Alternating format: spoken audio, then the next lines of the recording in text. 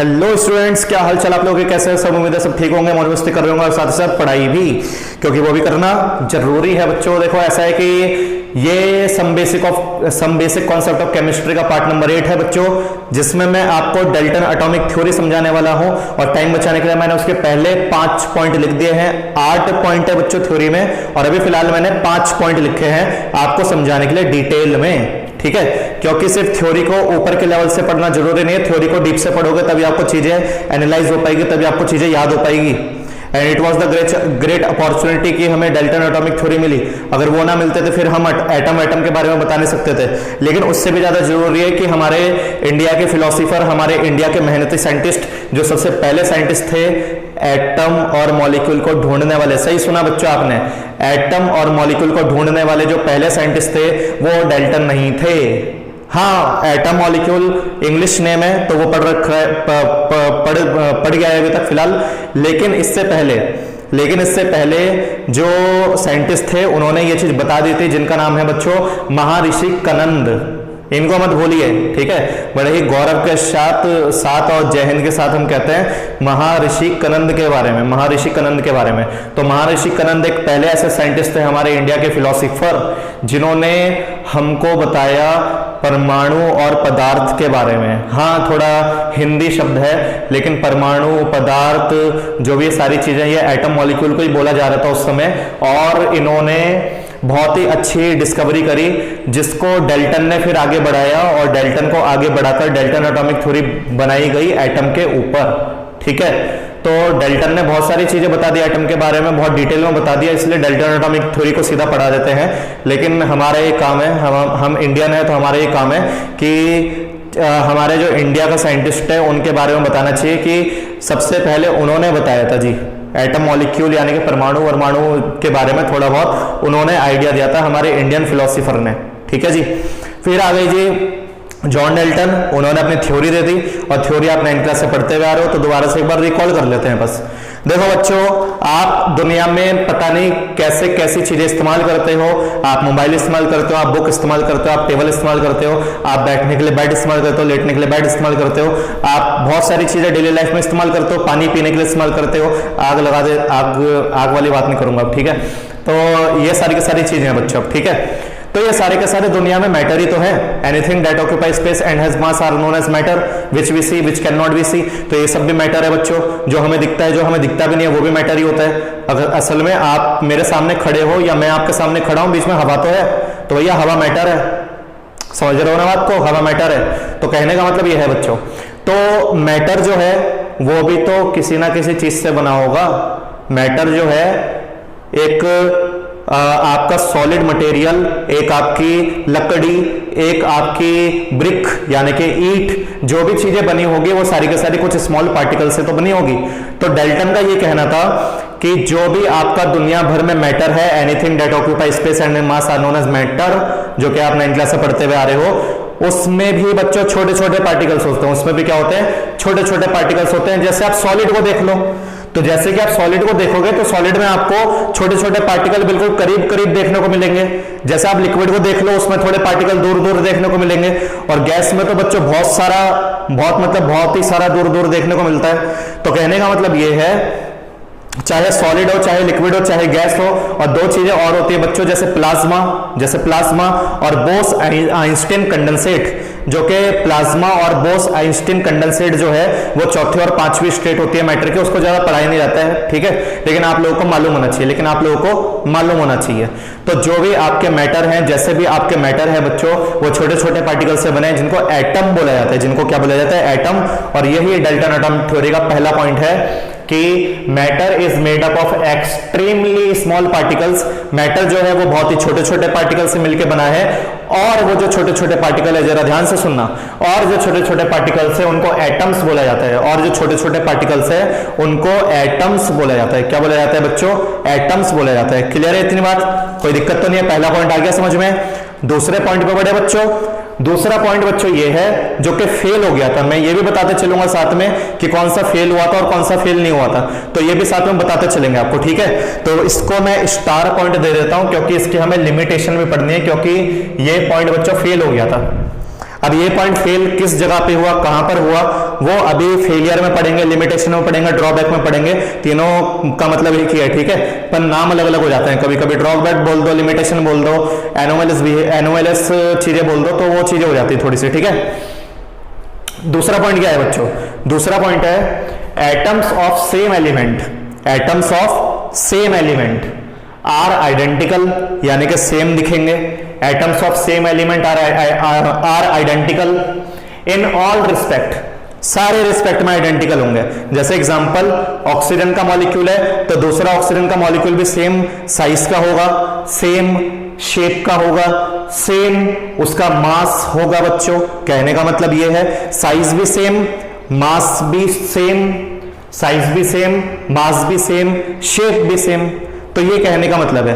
अब आप लोग सोच रहे होंगे कि शेप और साइज में क्या फर्क है। साइज का मतलब होता है बड़ा छोटा, ठीक है, और शेप का मतलब होता है आकार, स्ट्रक्चर, कि स्ट्रक्चर कैसा होता है। स्ट्रक्चर आगे जाके हम एटम मॉलिक्यूल में पढ़ेंगे, अलग अलग तरीके के स्ट्रक्चर पढ़ेंगे, वहां पे साइंटिस्ट आएंगे लुइस, जो हमें एटम मॉलिक्यूल के स्ट्रक्चर के बारे में बताएंगे बच्चों, ठीक है। तो साइज और शेप में ये फर्क होता है, ठीक है। तो बच्चों देखो, इन्होंने दूसरा पॉइंट ये बोला, दोबारा समझा देता हूं। जो आपका सेम एटम होगा, जो आपका सेम एटम होगा, उसका सेम मास होगा, उसका सेम शेप होगा, उसका सेम साइज होगा, और उनकी प्रॉपर्टी भी सेम होगी, और उनकी प्रॉपर्टी भी सेम होगी, जो कि कहना बिल्कुल गलत था, जो कि कहना बिल्कुल गलत था। तो सेकंड पॉइंट गलत है बच्चों, लेकिन तब भी हमको पढ़ना पड़ता है, तब भी हमको पढ़ना पड़ता है। और बच्चों जो तीसरा पॉइंट है वो भी गलत है, जो तीसरा पॉइंट है वो भी गलत है। तीसरा पॉइंट जो है वो है atoms of different element, atoms of different element यानी कि अलग अलग एलिमेंट। जैसे आप ऑक्सीजन और क्लोरीन को ले लो तो भैया अलग अलग एलिमेंट है। इन all respect has different properties, different values, different shape, different size भी लिखना चाहिए था वैसे मुझे, पर मैंने लिखा क्यों नहीं। तो आप यहां पे लिख सकते हो atoms of different element differ in all respect, differ in all respect. All respect मतलब वही शेप के बारे में, साइज के बारे में, वही कि भैया अलग होने वाला है, अलग होने वाला है। हैज ऑल्सो डिफरेंट प्रॉपर्टी, और प्रॉपर्टी भी डिफरेंट होने वाली है। प्रॉपर्टी भी क्या होने वाली है, डिफरेंट होने वाली है। मतलब मास भी डिफरेंट होने वाला है, साइज भी डिफरेंट होने वाला है, शेप भी डिफरेंट होने वाली है, और प्रॉपर्टी भी डिफरेंट होने वाली है। प्रॉपर्टी भी डिफरेंट होने वाली है। क्या मालूम चल रहा है आपको, कोई दिक्कत तो नहीं है। एग्जाम्पल दे देते हैं भाई, उसने अपने सोच विचार से जो बोला है वो बोला है। अब जब सोच विचार से जो बोला है वो बाद में अगर बातें गलत निकल रही है तो उसकी क्या गलती है, जब डिस्कवरी बाद में हुई तो इन भाई साहब की कोई गलती नहीं है। इन्होंने जो ऑब्जर्व करा वो देख लिया, उस समय जब वो चीज डिस्कवरी हुई थी तो कैसे बता देते उस चीज के बारे में, है ना। तो यहां पे आप एग्जांपल लिख सकते हो, यहां पे आप एग्जांपल लिख सकते हो ऑक्सीजन एटम का, ऑक्सीजन एटम का, ऑक्सीजन एटम का, ऑक्सीजन एटम का। ये ऑक्सीजन एटम का साइज भी सेम होगा, इसका भी साइज सेम होगा। ऑक्सीजन एटम, ऑक्सीजन आता है 8 नंबर पर, तो ये भी भैया 8 नंबर पर आता है। ऑक्सीजन का मास 16 होता है, तो इसका भी मास 16 होगा। तो ये सारी की सारी चीजें इसने बताई थी, और दोनों के दोनों ऑक्सीजन आपस में मिलकर O2 मॉलिक्यूल बना सकते हैं बच्चों, ऑक्सीजन मॉलिक्यूल, जिससे आप सांस लेते हो, जिससे आप क्या लेते हो, सांस लेते हो। तो ये है भाई। और तीसरा पॉइंट ये है, तो तीसरे पॉइंट को भी वैलिड कर देता है, इसके तीसरे पॉइंट को समय के लिए वैलिड कर देता है, ठीक है। तो वैलिडिटी ऐसी है इसकी कि यहाँ पे हमारे पास ऑक्सीजन है, ये मेरा क्लोरीन हो गया। ऑक्सीजन बच्चों लेने वाली होती है, ऑक्सीजन सांस लेने में अच्छी होती है, ब्रीथिंग लेने में अच्छी होती है, हमें जिंदा रखती है। और क्लोरीन आपकी ग्रीन गैस होती है बच्चों, जो हाइड्रोजन से मिलकर HCl बना देती है, ठीक है, जो एसिड बन जाता है। तो ये सारी की सारी चीजें जो आपको मालूम होनी चाहिए, ठीक है। तो उन्होंने तो भाई अपने हिसाब से तो अभी सही बोला कि अगर सेम एलिमेंट होगा तो सेम एलिमेंट की प्रॉपर्टी भी सेम होगी, शेप भी सेम होगा, साइज भी सेम होगा, मास भी सेम होगा। उसने सही बोला भाई, अभी तक के फिलहाल के लिए तो सही बोला। और उसने बोला कि अगर डिफरेंट एलिमेंट होगा, अगर डिफरेंट एलिमेंट होगा तो मास भी अलग होगा, शेप भी अलग होगा, साइज भी अलग होगा, और प्रॉपर्टी भी अलग होगी। प्रॉपर्टी भी क्या होगी, अलग। अब मैं आपको बताता हूं साथ ही साथ, क्योंकि अब आपके माइंड में बहुत सारी चीजें घुस चुकी है इन दोनों पॉइंट के लिहाज से, तो अब गलती बताता हूं, बाद में लिखा दूंगा, पर गलती अभी समझ लो क्योंकि दिमाग में अभी बैठ जाएगी गलती। तो गलती यह है कि ये चीज आइसोटोप्स में एप्लीकेबल नहीं है, और ये चीज आइसोबार में एप्लीकेबल नहीं है। आइसोटोप्स में एप्लीकेबल नहीं है, आइसोबार में एप्लीकेबल नहीं है। अब आइसोटोप्स और आइसोबार आपको अभी बताऊंगा लिमिटेशन में कि क्या होता है, ठीक है। बस ये 2 पॉइंट को जरा ध्यान से याद रखना, 2 पॉइंट को जरा ध्यान से याद रखना, ठीक है। आते हैं बच्चों 5वें पॉइंट पर। 5वें पॉइंट में बच्चों बोला यह गया है atom is the smallest particle of matter, वो तो पहले पॉइंट में बोल दिया था, ठीक है। एटम जो है छोटा पार्टिकल है मैटर का, जो कि केमिकल रिएक्शन में पार्टिसिपेट करता है, जो कि केमिकल रिएक्शन में पार्टिसिपेट करता है। बिल्कुल सही बात है बच्चों, बिल्कुल सही बात है कि आपके पास अगर यहाँ पे मैग्नीशियम का एटम है और यहाँ पे ऑक्सीजन का आपका मॉलिक्यूल है, तो ये आपस में रिएक्ट कर लेंगे और क्या बना लेंगे, ये आपस में MgO बना लेंगे, मैग्नीशियम ऑक्साइड बना लेंगे। तो मैग्नीशियम का भी एटम हो गया, ऑक्सीजन का भी एटम हो गया। अब कुछ बच्चे सवाल पूछेंगे 2 का गया बच्चों, तो बच्चों को वैलेंसी की नॉलेज होनी चाहिए। हाँ, इसके जमाने में वैलेंसी भी नहीं थी, तो अभी इसकी एक और लिमिटेशन है वैलेंसी वाली, किसने वैलेंसी के बारे में कुछ नहीं बताया, लेकिन मैं आपको थोड़ा डिटेल में बता देता हूं। मैग्नीशियम की वैलेंसी +2 होती है, ऑक्सीजन की वैलेंसी -2 होती है। दोनों को क्रॉसिंग कराएंगे तो बच्चों Mg2O2 बन जाएगा, 2 से 2 कट के MgO आ जाता है, 2 से 2 कट के क्या आ जाता है MgO, और इसको कंपाउंड बोलते हैं, इसे मॉलिक्यूल भी बोलते हैं। और आप अगर लाइन बार से मेरी वीडियो देख रहे होंगे तो मैंने 2 तरह के मॉलिक्यूल बताए थे आपको, जो कि आपको याद होने चाहिए, अगर याद नहीं है तो देख लेना एक बार और। तो बच्चों ये 5 की 5 प्रॉपर्टी आपको आ गई अच्छे से, 5 की 5 बातें, 5 के 5 पॉइंट आ चुके हैं। एक बार और रिकॉल कर लेते हैं साथ ही साथ कि जो मैटर है वो बहुत ही छोटे छोटे पार्टिकल से बना है, जिसको एटम बोलते हैं। सेम एटम का सेम साइज होगा, सेम शेप होगा, सेम मास होगा, प्रॉपर्टी भी क्या होगी, सेम होगी। और अलग अलग एटम का अलग मास होगा, अलग अलग एटम का अलग शेप होगा, अलग अलग एटम का अलग साइज होगा, और अलग अलग एटम का अलग अलग प्रॉपर्टी होगी, अलग अलग एटम की अलग अलग प्रॉपर्टी होगी। और एटम जो मैटर का सबसे छोटा पार्टिकल होता है, एटम जो मैटर का सबसे छोटा पार्टिकल होता है, एटम ही केमिकल रिएक्शन में पार्टिसिपेट करता है, एटम ही केमिकल रिएक्शन में पार्टिसिपेट करता है। तो क्लियर हो गए 5 पॉइंट, 5 के 5 पॉइंट क्लियर हो गए अच्छे से। तो जल्दी जल्दी 5 पॉइंट नोट कर लीजिए, फिर कराते हैं 6वां पॉइंट, 7वां पॉइंट और 8वां पॉइंट, ठीक है जी। जल्दी जल्दी नोट करो। ओके बच्चों, तो ये 3 प्रॉपर्टी और है, 3 बातें और है डाल्टन की। तो छठी बात क्या है बच्चों, बहुत ही इंपॉर्टेंट बात है और आप लोगों को मालूम होनी चाहिए। छठी बात ये है, एटम ऑफ सेम और different element, atom of same और different element combine together to form compound atom या तो molecule, to form compound atom या तो मॉलिक्यूल, ठीक है। तो कहने का मतलब ये है कि एटम ऑफ सेम एलिमेंट, भाई सेम एलिमेंट के भी एटम होते हैं, जैसे एग्जांपल आपका O मिलके क्या बन गया, O मिलके O2 बन गया। तो भैया इसे कंपाउंड ना कह के इसे मैं मॉलिक्यूल कहूंगा, इसे कंपाउंड ना कह के इसे मैं क्या कहूंगा, मॉलिक्यूल। तब उसने मॉलिक्यूल भी बोल दिया। लेकिन अगर मैं बोलूं कि यहाँ पे हाइड्रोजन है, यहाँ पे आपका सल्फर है, यहाँ पे आपके पास 4 ऑक्सीजन है, 4 ऑक्सीजन है, ठीक है। तो ये हो गए आपके 4 ऑक्सीजन, तो ये मिलके क्या बना देंगे, ये बना देंगे H2SO4। तो ये क्या है बच्चों, ये कंपाउंड है, ये कंपाउंड है। और मैं इसको एक और चीज बोल सकता हूं, मैंने पहले पढ़ा दिया था, अगर आपको नॉलेज हो तो मैंने पहले पढ़ा दिया था, मैंने पढ़ाया था, ये मैंने बताया था, ये थ्योरी ने नहीं बताया था, और बुक में भी पहले पढ़ा देते हैं, तो इसलिए इस चीज की नॉलेज होनी चाहिए। इसको हेट्रो एटॉमिक मॉलिक्यूल भी बोल सकते हो, हेट्रो एटॉमिक मॉलिक्यूल भी बोल सकते हो, हेट्रो एटॉमिक मॉलिक्यूल। बस एक्स्ट्रा के लिए बता रहा हूं ताकि आपको मालूम हो। मैंने जब कंपाउंड और मॉलिक्यूल का डिफरेंस बताया था ना, तो उसमें मैंने बताया था कि हर एक मॉलिक्यूल कंपाउंड नहीं होता है, पर हर एक कंपाउंड मॉलिक्यूल हो सकता है। तो हर एक कंपाउंड मॉलिक्यूल हो सकता है, कौन सा मॉलिक्यूल हो सकता है, हेट्रो एटॉमिक। और ऐसे जो मॉलिक्यूल होते हैं वो होमो एटॉमिक में आते हैं, वो होमो एटॉमिक मॉलिक्यूल में आते हैं। बस एक्स्ट्रा नॉलेज के लिए आपको बताया है, ठीक है। तो कहने का मतलब समझ गए ना। और इसमें भी बच्चों छठी में लिमिटेशन है, एक लिमिटेशन क्या है, वो बोल रहा है कि सेम एटम भी आपस में जुड़ेंगे या डिफरेंट एटम भी आपस में जुड़ेंगे, और वो कंपाउंड बना सकते हैं या तो वो मॉलिक्यूल बना सकते हैं। लेकिन सवाल ये है, सवाल उससे ये पूछा गया कि भैया जुड़ेंगे क्यों, कैसे जुड़ेंगे, जुड़ने की क्या जरूरत पड़ी। जब ये सारे के सारे सवाल उससे पूछे गए तो उसने कोई जवाब नहीं दिया, तो इसकी लिमिटेशन लग गई बच्चों, इसकी लिमिटेशन लग गई। ये भी बात उसकी गलत हो गई। उसने बोला कि हाँ जुड़े तो हैं, ये बात सही है, जुड़ेंगे, कंपाउंड बनाएंगे, मॉलिक्यूल बनाएंगे, लेकिन सवाल ये है कि जुड़ेंगे क्यों, मॉलिक्यूल क्यों बनाएंगे, कंपाउंड क्यों बनाएंगे, कौन सी फोर्स से जुड़े हैं, एटम एटम के बीच में कौन सी फोर्स है जो उसे जोड़ रही है। तो अभी तो आगे के लिए हमें पता है कि कौन सी फोर्स है, कौन सी फोर्स है, आप लोगों से पूछ लेता हूं मैं। तो बच्चों 2 तरह की फोर्सेज होती है, आयनिक और covalent. Ionic bond, covalent bond नहीं जानते हो, तो वही तो फोर्सेज होती है असल में। बॉन्ड ही असल में फोर्स होता है, जो आगे जाके हम पढ़ेंगे। लेकिन अभी फिलहाल इसके जमाने में नहीं पता था ये चीज, इसके जमाने में ये चीज हमें नहीं पता थी, ठीक है। आगे बढ़ते हैं बच्चों, आगे बढ़ते हैं। Atom can neither be created nor be destroyed during any physical और केमिकल चेंज। कोई फिजिकल चेंज हो रहा हो या कोई केमिकल चेंज हो रहा हो, एटम तो ना ही हम बना सकते हो ना ही हम एटम को डिस्ट्रॉय कर सकते हैं। बात बिल्कुल सही है बच्चों, और 9th क्लास के लेवल पे टीचर लोग इसको गलत बता देते हैं, टीचर लोग इसे गलत बता देते हैं, पर यह बात बिल्कुल सही है कि एटम को ना ही तोड़ा जा सकता है, ना ही एटम को डिस्ट्रॉय करा जा सकता है, ना ही एटम को डिस्ट्रॉय करा जा सकता है, ना ही एटम को दोबारा बनाया जा सकता है।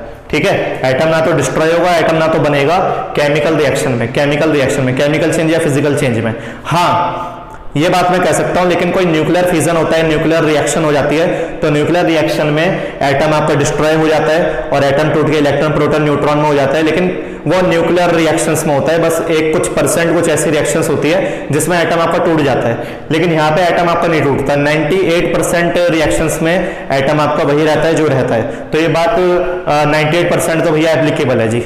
ठीक है, क्लियर हो गया आपको? अच्छा, 8वीं बात, केमिकल रिएक्शन जो होती है बच्चों, उसमें एटम सिर्फ रीअरेंज होता है, एटम सिर्फ रीअरेंज होता है, रिकंबाइन होता है और नया कुछ प्रोडक्ट हमको दे देता है, लेकिन एटम रहता वही है, जैसे मैं यहाँ पे बोल दूं मेरे पास मैग्नीशियम है बच्चों और मेरे पास यहाँ पे ऑक्सीजन है, तो दोनों मिलके क्या दे देंगे, दोनों मिलके MgO दे देंगे। तो भैया देखो Mg था, O2 था, लेकिन ये रीअरेंज हो गए और रीअरेंज होके हमें MgO मिल गया। तो जो केमिकल रिएक्शन में आपका एटम होता है, कंबाइन होते हैं, केमिकल रिएक्शन में जब भी कंबाइन होते हैं एटम, या तो सेपरेट होते हैं या तो रीअरेंज होते हैं या तो कंबाइन होंगे। ये देखो कंबाइन हो गए एटम और रीअरेंज हो गए। सेपरेशन के लिए डिकम्पोजिशन रिएक्शन आप लोगों ने 10th क्लास में पढ़ी है, FeSO4 जो कि ग्रीन कलर का होता है। तो जब आप इसे गर्म करोगे तो ये Fe2O3 में टूट जाएगा, साथ में SO2 में टूट जाएगा, साथ में SO3 में टूट जाएगा।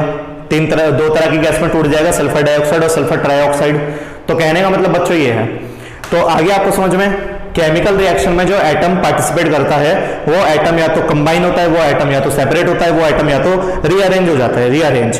पर एटम टूटता नहीं है, सिर्फ टूटता है एक ही रिएक्शन में है, वो है न्यूक्लियर रिएक्शंस में। जब बॉम्बार्डिंग होती है, न्यूक्लियर फिजन होता है, न्यूक्लियर फ्यूजन होता है, तो तब टूट जाता है। तो आगे आपको समझ में, दोबारा से 8 के 8 प्रॉपर्टी फटाफट पढ़ लेते हैं। जो मेटल होता है वो छोटे छोटे पार्टिकल से बनता है, जिसे एटम बोलते हैं।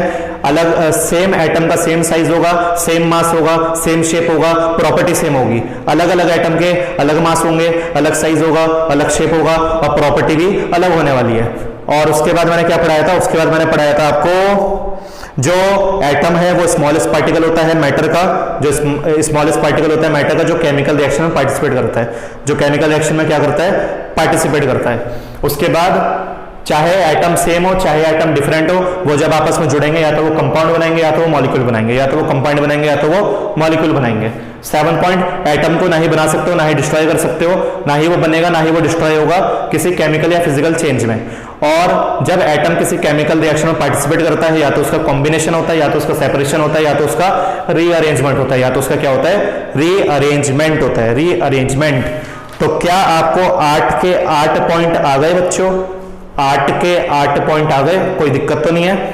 अब आ जाते हैं डाल्टन की गलतियों पर। अब आ जाते हैं डाल्टन की गलतियों पर कि डाल्टन की गलती क्या क्या है, कैसी कैसी गलती उसने करी है। ठीक है, और 5 तरीके की गलती है जो हम डाल्टन की पढ़ेंगे।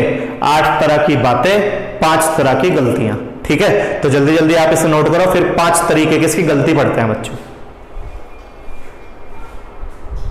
ओके बच्चों, तो लिमिटेशन है डाल्टन एटॉमिक थ्योरी की, 5 लिमिटेशन है बच्चों, 5 लिमिटेशन। तो चलो एक एक करके लिमिटेशन को कवर अप करते हैं। तो पहली लिमिटेशन क्या है बच्चों? पहली लिमिटेशन है, देखो ऐसा है कि पहली मैंने आपको देखो 5 लॉ पढ़ाई थी। मैंने आपको law of conservation of mass पढ़ाई थी, मैंने आपको लॉ ऑफ कांस्टेंट प्रोपोर्शन पढ़ाया था, मैंने आपको लॉ ऑफ मल्टीपल प्रोपोर्शन पढ़ाया था, लॉ ऑफ रेसिप्रोकल प्रोपोर्शन पढ़ाया था और गे-लुसेक लॉ पढ़ाया था बच्चों। तो देखो पहली लॉ जो है वो एंटोनियो लवॉइसियर ने ढूंढी, दूसरी लॉ जोसेफ प्राउस्ट ने ढूंढी, तीसरी और चौथी लॉ डाल्टन ने ही ढूंढी और 5वीं लॉ गे-लुसेक लॉ ने ढूंढी। लेकिन जब ऐसा होता है कि जब डाल्टन ने इतनी 2 लॉ खुद से बना दी थी, तो तीसरी लॉ जो थी जैसे कोई दूसरा साइंटिस्ट होता है तो उसको कुछ उनकी लॉ में से कुछ मिला है, मतलब पहले तो डेल्टन की ही लॉ पढ़ी होगी ना, मल्टीपल पढ़ी होगी, रेसिप्रोकल पढ़ी होगी, फिर गेल-लुसैक ने अपनी एक लॉ एक तैयार करी। लेकिन ऐसा होता है कि जब साइंटिस्ट लोग साथ में बैठते हैं, पूरी आईयूपीएससी की टीम बैठती है, तो जहां से आपने कुछ मटेरियल लिया है या जहां से आपने किसी की कोई चीज यूज करी है, तो आपको उससे परमिशन लेनी पड़ती है। अब साइंटिस्ट में परमिशन लेने का मतलब कुछ अलग होता है। क्या होता है मतलब ये होता है कि अगर आपने मेरी चीज को एक्सप्लेन कर दिया, मैंने आप में से ही सारी चीजें पढ़ के निकाली है, लेकिन अगर मैंने आपको ये डेटा दिया और आपने ये एक्सप्लेन कर दिया तो ये आपका हो जाएगा। समझ रहे हो बात को, कैसे ये चालाकियां चलती है? तो ये है जी, लेकिन वो उस चीज को एक्सप्लेन नहीं कर पाए। वो गेल-लुसैक लॉ तो चलो बाद में नाम पड़ा, पहले नाम पड़ा था लॉ ऑफ कंबाइनिंग वॉल्यूम। तो लॉ ऑफ कंबाइनिंग वॉल्यूम को डेल्टन जी आप समझा सकते हो क्या? तो उन्होंने थोड़ा टाइम लिया, समझा चीजों को, लेकिन नहीं समझा पाए, ठीक से एक्सप्लेन नहीं कर पाए। जितना एक्सप्लेन गेल-लुसैक लॉ ने करा उतना वो नहीं कर पाए। तो अब वो वाली लॉ उनके हाथों से छूट गई और किस में आ गई? गेल-लुसैक लॉ के पास आ गई। और अब वो साइंटिस्ट का नाम किसके ऊपर पड़ गया? गेल-लुसैक लॉ के ऊपर पड़ गया। इसका मतलब ये है कि वो असमर्थ रहे, वो नहीं समझा पाए गेल-लुसैक लॉ को, लॉ ऑफ कंबाइनिंग वॉल्यूम को वो नहीं समझा पाए। ठीक है जी, तो हिस्ट्री उठा के देखोगे तो यही कहानी है, वही कहानी मैंने आपको छेप दी है। अब आप इस कहानी से पहले पॉइंट को याद रख सकते हो। तो पहला पॉइंट है, it could not explain law of combining volume, यानी कि गेल-लुसैक लॉ को नहीं समझा पाया। किसको नहीं समझा पाया? गेल-लुसैक लॉ को नहीं समझा पाया। दूसरी लिमिटेशन बच्चों, दूसरी लिमिटेशन ये है, it could not explain why atoms of different element, अलग अलग एटम जो हैं, अलग अलग एलिमेंट के, उनका क्यों मास अलग है, क्यों साइज अलग है, क्यों वैलेंसी अलग है। ये क्यों का एग्जांपल नहीं दे पाए, क्यों का आंसर नहीं दे पाए। तो आया आपको दूसरा पॉइंट समझ में? उसने बोला कि अलग अलग एटम का अलग मास होगा, अलग साइज होगा, अलग शेप होगा, ये सब बोला उसने, लेकिन इसने रीजन नहीं दिया कि आप ऐसा बोल क्यों रहे हो, क्यों अलग होगा, वाई। तो यहां पे वाई लग गया कि क्यों अलग होगा। तो ये हो गया ये दूसरा पॉइंट।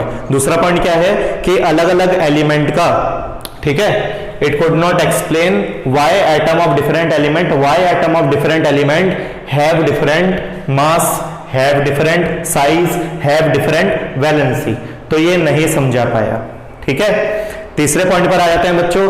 तीसरा पॉइंट है, it could not explain why atom combine to form compound and molecule.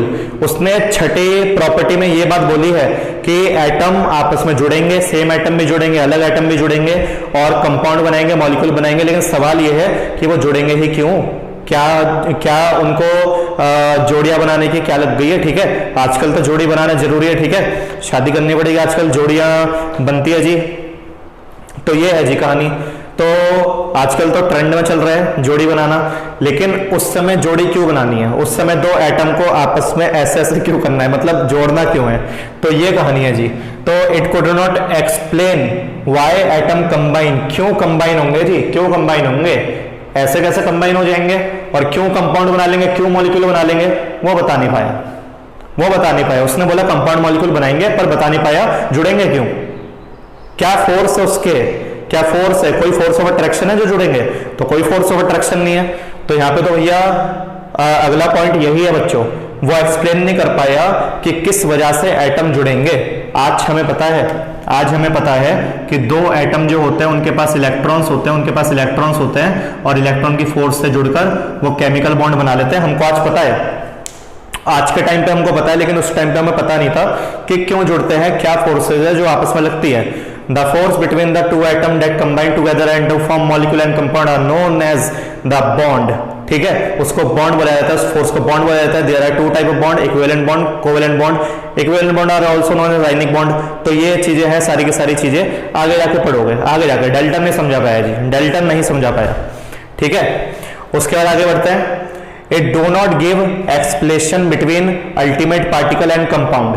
मतलब ये बता नहीं पाया कि एटम और कंपाउंड जो है उनका अल्टीमेट पार्टिकल से क्या रिलेशन है। अल्टीमेट पार्टिकल वो छोटे पार्टिकल होते हैं जो एटम के अंदर के और भी ज्यादा होते हैं। आज हमें पता है इलेक्ट्रॉन प्रोटॉन न्यूट्रॉन होते हैं, लेकिन क्या बोलते हैं उससे पहले हमको नहीं पता था, तो उसके आगे कोई डिस्कवरी नहीं हो पा रही थी कि यार एटम है, एटम से कंपाउंड बन गया, एटम से मॉलिक्यूल बन गया, लेकिन ये एटम वेटम कहां से है, ये किससे बनावट किससे हुई है, किससे ये मटेरियल बना है, तो अल्टीमेट पार्टिकल से बना था, पर समझा नहीं पाया उस समय। तो अल्टीमेट पार्टिकल बोल दिया था क्योंकि कुछ पता ही नहीं था उस समय, लेकिन अब डिस्कवरी हो चुकी है, अब हमें पता है इलेक्ट्रॉन प्रोटॉन न्यूट्रॉन होते हैं, है ना जी। तो ये सारी चीजें हैं, दोबारा रिकॉल कराता हूं, सुनो जरा ध्यान से। पहली लिमिटेशन कि वो law of combining volume Gay Lussac law को नहीं समझा पाया। दूसरा पॉइंट, अलग अलग एटम का अलग अलग मास होता है, अलग अलग साइज होता है, अलग अलग शेप होता है, अलग अलग प्रॉपर्टी होती है, नहीं समझा पाया क्यों होती है, नहीं समझा पाया क्यों होती है। अलग अलग एटम सेम एटम आपस में जुड़ के कंपाउंड मॉलिक्यूल बनाते हैं, पर वो जुड़ते ही क्यों हैं नहीं समझा पाया, पर वो जुड़ते ही क्यों हैं नहीं समझा पाया। उसके बाद और जुड़ने के पीछे क्या रीजन है, क्या फोर्स लग रही है, उसको भी नहीं समझा पाया। और लास्ट में अल्टीमेट पार्टिकल और कंपाउंड के बीच में भी फर्क नहीं बता पाया। तो ये 5 तरह की उसकी लिमिटेशन है बच्चों। क्या लिमिटेशन आपको अच्छे से क्लियर हो गई, अच्छे से क्लियर हो गई लिमिटेशन, कोई दिक्कत की बात तो नहीं है।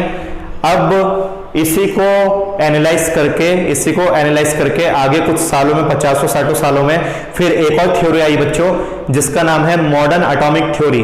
और आज भी हमारी मॉडर्न एटॉमिक थ्योरी से ही हम पढ़ते हैं चीजें, मॉडर्न एटॉमिक थ्योरी से सीखते हैं सारी की सारी चीजें। तो मॉडर्न एटॉमिक थ्योरी के कुछ पॉइंट तो यहीं से लिए गए हैं और कुछ पॉइंट डाल्टन के ठीक करे गए हैं, कुछ पॉइंट डाल्टन के ठीक करे गए हैं। तो वो पॉइंट आपको बताता हूं कि कौन कौन से पॉइंट ठीक करे गए हैं, वो मॉडर्न एटॉमिक थ्योरी आपको बताएगी।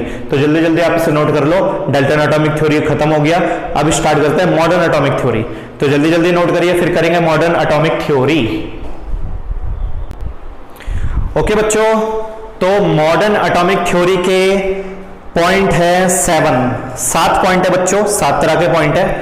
और इन 7 तरह के पॉइंट में 3 तरह के पॉइंट अभी सामने लिखे हुए हैं, जरा डिटेल में डिस्कस कर लेते हैं।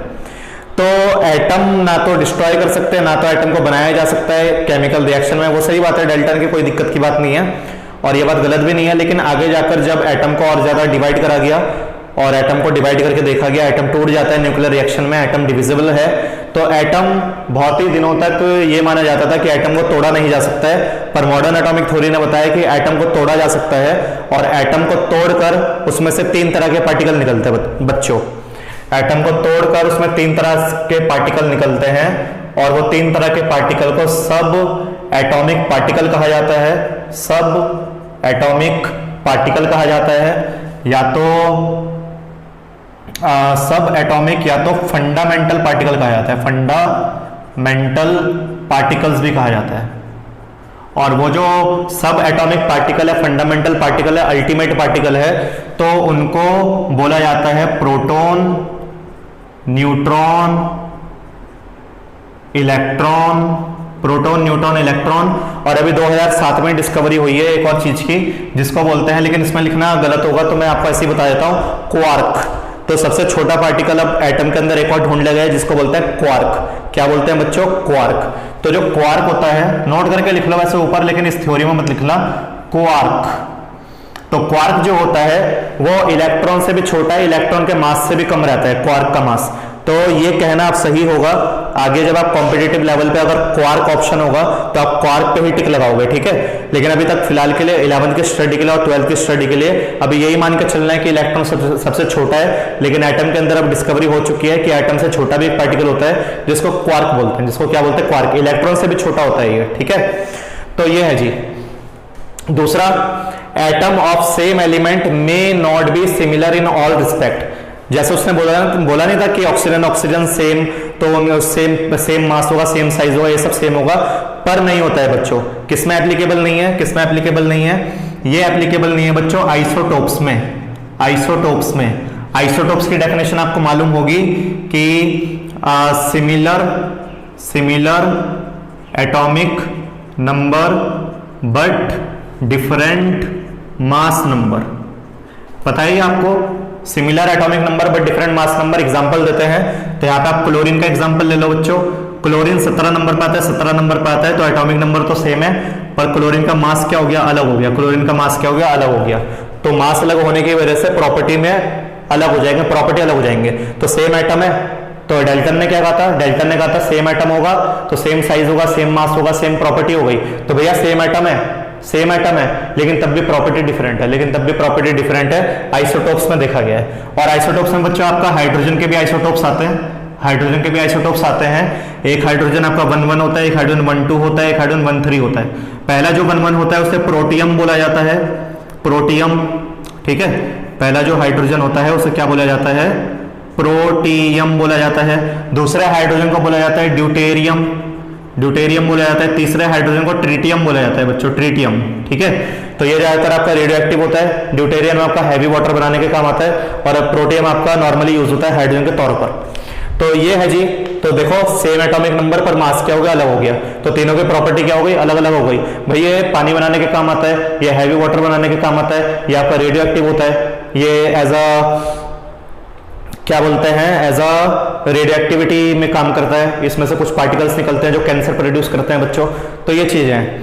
तो थोड़ा सा मास अलग होने की वजह से प्रॉपर्टी अलग हो गई, पर सेम एटम है।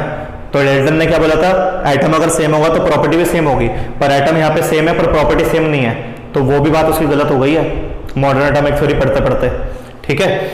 तो आ जाओ दूसरे पॉइंट पर।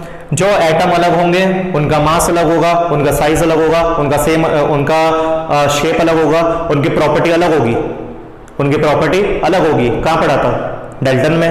लेकिन यहाँ पे क्या है बच्चों, यहाँ पे सिमिलर बोला गया है, सिमिलर बोला गया है। सिमिलर कैसे बोला गया है, एटम ऑफ डिफरेंट एलिमेंट में हैव वन और मोर सिमिलर केमिकल प्रॉपर्टी। कैसे भाई, जैसे यहाँ पे मैंने आर्गन ले लिया और जैसे मैंने यहाँ पे कैल्शियम ले लिया बच्चों। तो आर्गन कैल्शियम तो अलग अलग आइटम है, तो सही बात है डाल्टन की अलग अलग आइटम है तो अलग साइज होना चाहिए, अलग शेप होना चाहिए, अलग केमिकल प्रॉपर्टी होनी चाहिए। क्यों नहीं होगी, क्योंकि ये आइसोबार है। क्योंकि ये क्या है, आइसोबार। आइसोबार होता है सेम, आइसोबार होता है same atomic mass but different atomic number, same atomic mass but different atomic number. तो कहने का मतलब ये है 18 नंबर पे आता है, 20 नंबर पे आता है, पर मास दोनों का क्या है, सेम है। मास दोनों का क्या है, सेम है। उसी की वजह से थोड़ी केमिकल प्रॉपर्टी सेम हो जाती है, उसी की वजह से कुछ सिमिलर केमिकल प्रॉपर्टी दिखाना शुरू कर देता है। तो ये कहना गलत होगा कि अलग एटम का अलग मास होगा, अलग साइज होगा, अलग शेप होगा, अलग केमिकल प्रॉपर्टी होगी। ऐसा कहना बिल्कुल गलत है, क्योंकि आइसोबार उसमें हस्तक्षेप कर देता है। हस्तक्षेप आपको पता है ना, ठीक है। तो समझ गए जी, कोई दिक्कत, कोई दुख, कोई तकलीफ, समझ गए ना। चौथा पॉइंट बिल्कुल सेम है, डाल्टन का ही पॉइंट बोला चौथा पॉइंट। चौथा पॉइंट बिल्कुल सेम है, कोई दिक्कत नहीं है, चौथे पॉइंट में कोई गलती नहीं है। Atom is the smallest unit, atom is the smallest unit. Atom सबसे छोटा होता है, पर एटम टूट चुका है, उससे भी छोटे हैं, पर ये किस छोटे की बात कर रहे हैं वो सुनो। Atom is the smallest unit which take part in a chemical reaction, which takes part in a chemical reaction.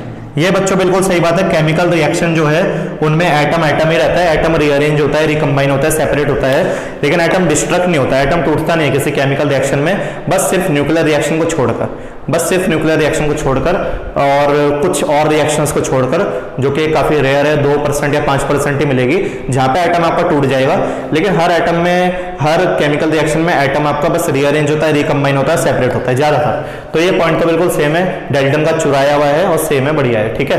तो ये चारों के चारों पॉइंट समझ गए, चारों के चार पॉइंट समझ गए। तो एटम अब डिविजिबल हो सकता है, और एटम जब डिविजिबल होगा तो उसमें से प्रोटॉन, न्यूट्रॉन और इलेक्ट्रॉन निकलते हैं। जो सेम एटम, जो सेम एलिमेंट होता है, अभी तक बात ये हो रही थी, जो सेम एटम होता है, दो सेम एटम आपस में मिलकर जो मॉलिक्यूल बनाएंगे, कंपाउंड बनाएंगे, कुछ भी बनाएंगे, उनका सेम मास होगा, सेम साइज होगा, सेम केमिकल प्रॉपर्टी होगी।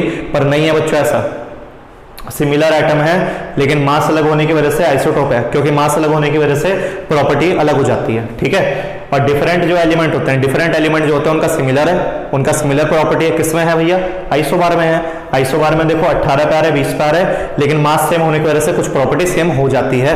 और जो एटम है वो स्मॉलेस्ट यूनिट होती है, जो केमिकल रिएक्शन में पार्ट लेती है, रीअरेंज होती है, रिकम्बाइन होती है, सेपरेट होती है।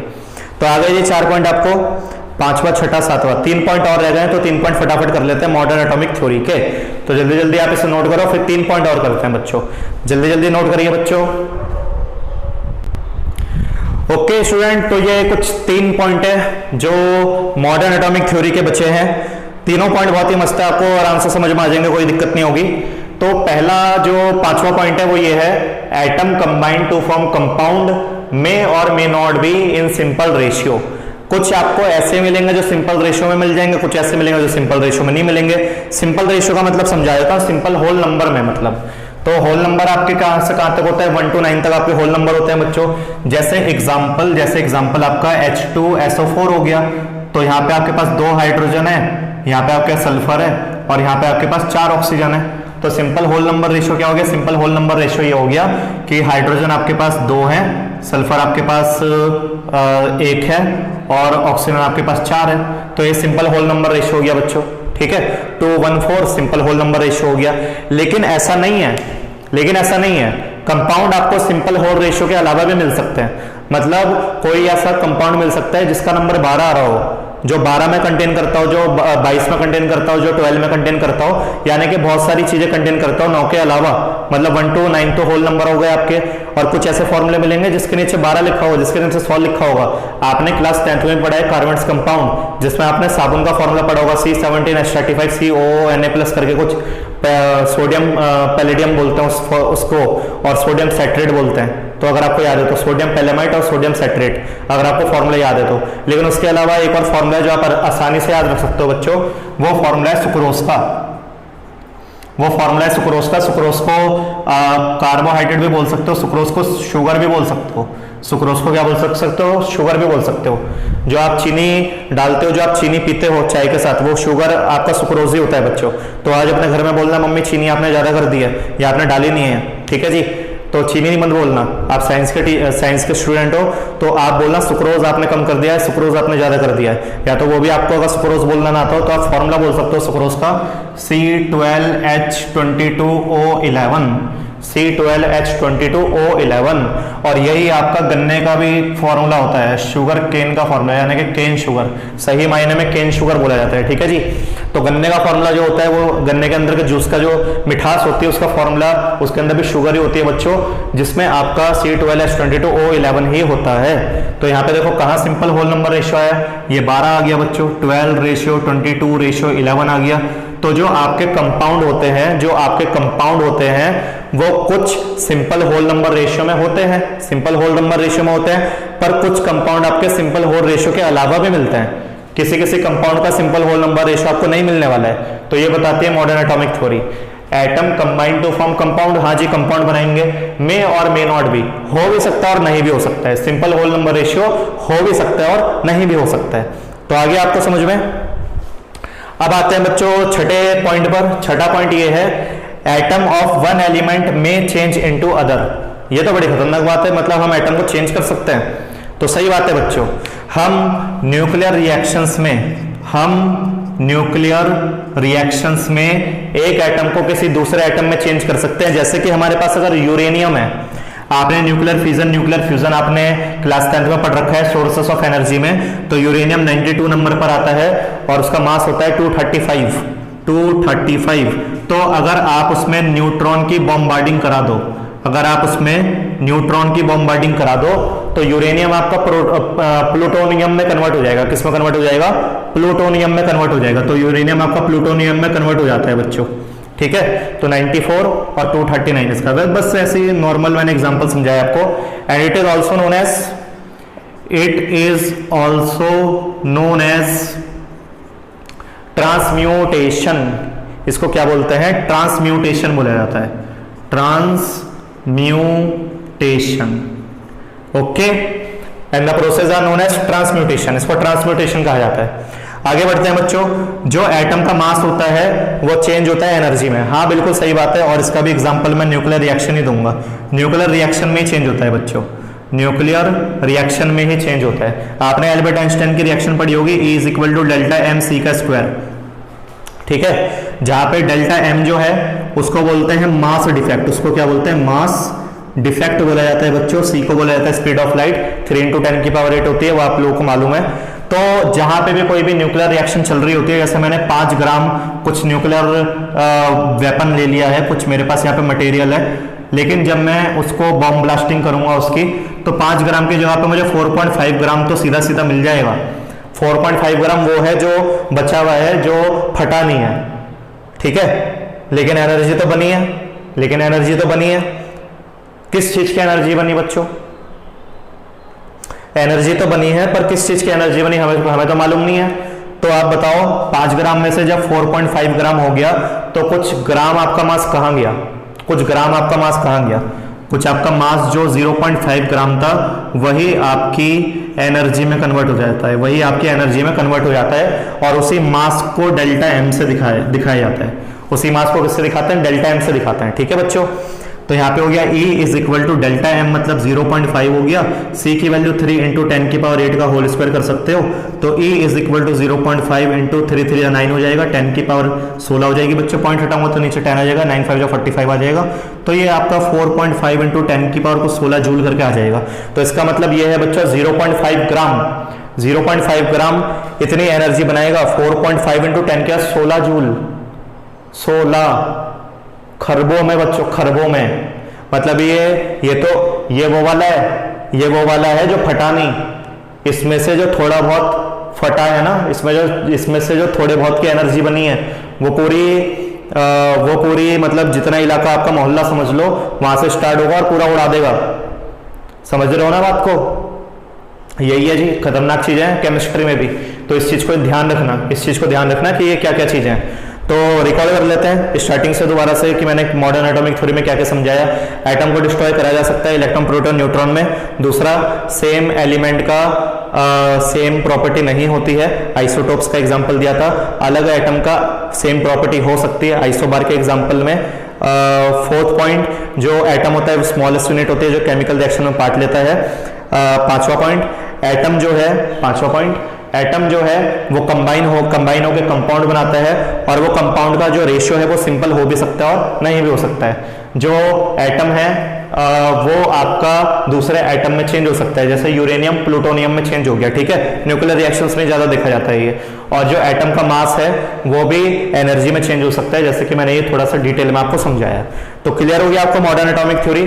तो मॉडर्न एटॉमिक थ्योरी की 11वीं क्लास में लिमिटेशन नहीं है बच्चों, और आपको इतनी पढ़नी है मॉडर्न एटॉमिक थ्योरी।